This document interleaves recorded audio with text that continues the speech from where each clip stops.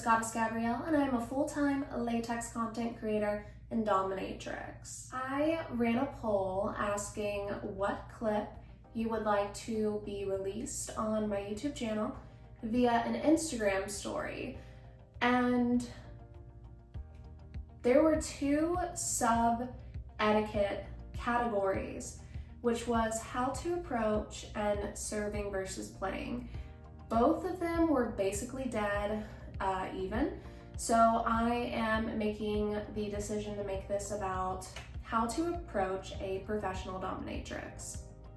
I want to proceed with caution with this topic because just because these are my expectations doesn't mean that it's everybody's. So these will definitely be more generalized in terms of my expectations, just because people really want to know, what it takes to become one of my subs or to approach to play. If you are a lifestyle kinkster and you do not agree with paying for services when it comes to BDSM, then this clip is not for you.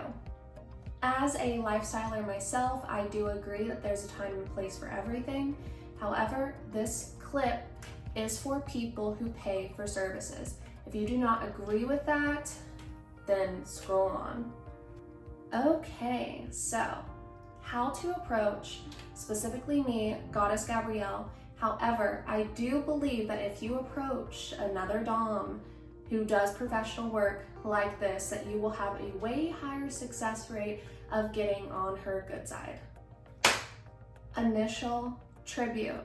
You hear it all the time on financial domination Twitter, on paid sites. You ever approach a dom who does professional work, they have most likely told you that you have to send initial tribute prior to any conversations beginning.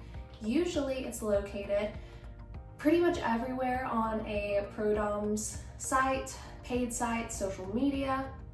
If an initial tribute doesn't align with your boundaries on trying to acquire services, then those are your boundaries, because initial tribute is my boundary. And if those two don't align, then you and I will not work well together. An initial tribute is basically a consultation fee. It's also, to put it in simple terms, a good faith fee, just because there are an influx of time wasters who will scam girls, who will try to waste their time. It is a disease, and I say absolutely fucking not gonna deal with that. My usual initial tribute is $50.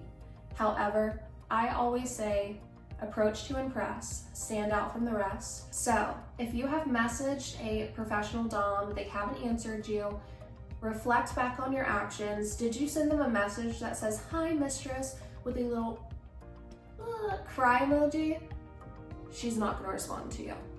Now, if you approached her with initial tribute, you will most likely get a response very quickly on her schedule at her convenience, which leads into the conversation.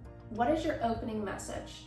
Are you declaring clear boundaries, clear expectations for you as a consumer? Are you approaching with clear communication? I will attach some really awesome inquiries that I've gotten just as examples on how people who have approached the correct way have gotten very successful outcomes versus the people that rot in my inbox who are ignored for all eternity. Not only does this get you what you're wanting as long as it aligns with the pro-dom's limits, you are creating a relationship right then and there, even if it's just a basic, you pay XYZ, I do XYZ for XYZ. That is still going to be a lot better than no relationship at all. Whenever you are approaching and you're not even doing the bare minimum of initial tribute and clear communication, you are going to have a failed outcome. Where to approach? You want to look at every link of the person that you admire, or me. How you approach is just as important as where you approach. So whenever you are, inquiring about something. If the Dom has a website, she will most likely list where she prefers her tributes to go and where to message. She may have a forum. She may have a disclaimer that says don't message about XYZ on XYZ platform.